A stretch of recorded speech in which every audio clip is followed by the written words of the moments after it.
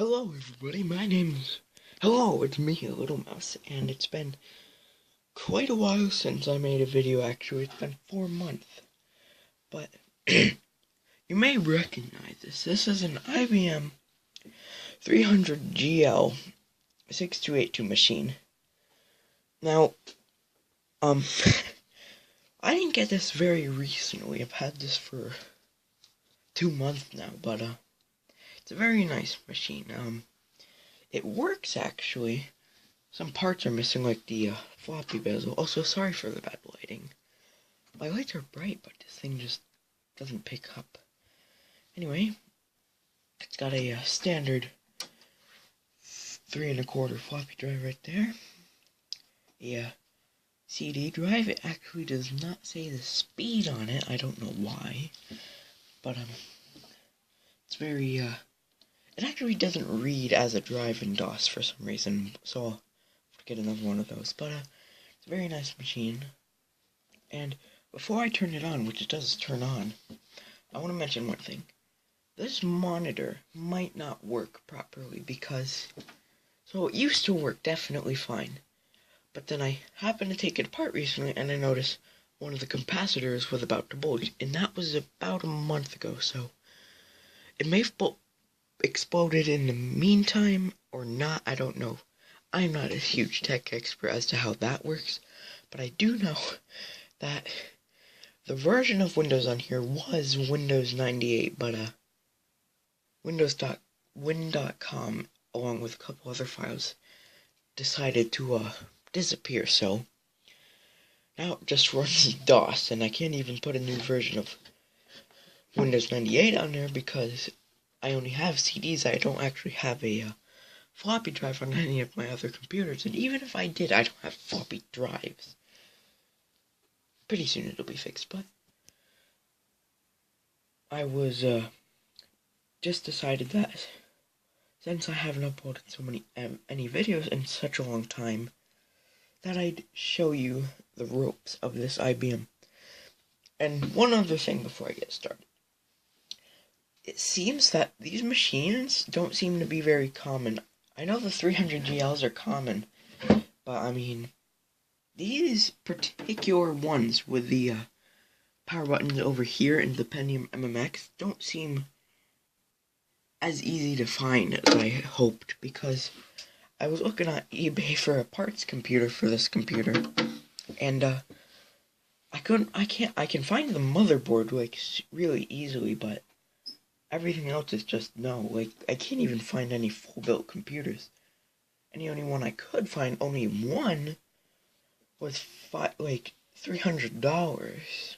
And can't afford it at the moment. But I'll probably buy a 300GL with a Pentium 3, which is actually like the one that I'm thinking of is a bit taller. The power button's over here. It looks a bit different, but it has the same bezel over the floppy drive, and it's I assume it's kind of hard to drive with Windows 98, so I'll probably get that. But enough jabbering, and let's go. Here the CRT goes, being CRT, making that CRT static noise. Also, I have to keep pausing because the camera I'm using is the very first camera I ever had. And so it freezes because it's like frozen. It keeps freezing. Like right now. I don't know if that's going to show up. Hopefully it won't. There we go. Okay, good. It's working. It's being all... Yeah, that's a problem. The logo is supposed to show, but it doesn't. Also, that bottom light under there doesn't even have like a bulb or LED or anything behind it, so no matter what, it won't light up. You can see the flicker, of course not in real life, just refresh rate. I know this is shaky, I'll probably stabilize it. But if I don't, then don't blame me for the shakiness. Yeah, so the CMOS battery that would be in there is a not exactly working, so it doesn't save the, This is a cheap keyboard. It's a PS2 keyboard, but it's really cheap, and doesn't always work. I have another keyboard for it, so get back to you in a moment. Okay, well, got my IBM official keyboard here. Not the keyboard for this machine, but yeah, it'll do. Very, very, very nice. This monitor is actually really good. It goes very bright and very, very sharp, actually. I didn't think it would be as sharp as it is for a CRT. But, stop scanning. I don't know why, but the CRT, or the floppy drive has been, like, scanning non-stop since the stuff happened.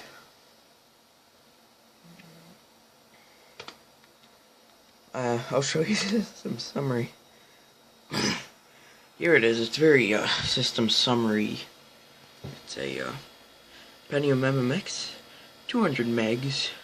It's a, got a macro processor. There's 640 kilobytes of, system memory. There's 63 megs of extended memory. There's the, video controller. There's no cache installed. It's enabled though. There's that. And yeah, I was about to say the hard disk is 200 or 2.5 gigs of memory. Yeah. So IBM sees the CD-ROM drive.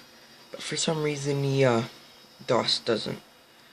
This looks terrible on this camera. It looks amazing in real life, but, well, not amazing, but good in real life. Not so, like, down here, it doesn't look like it's static.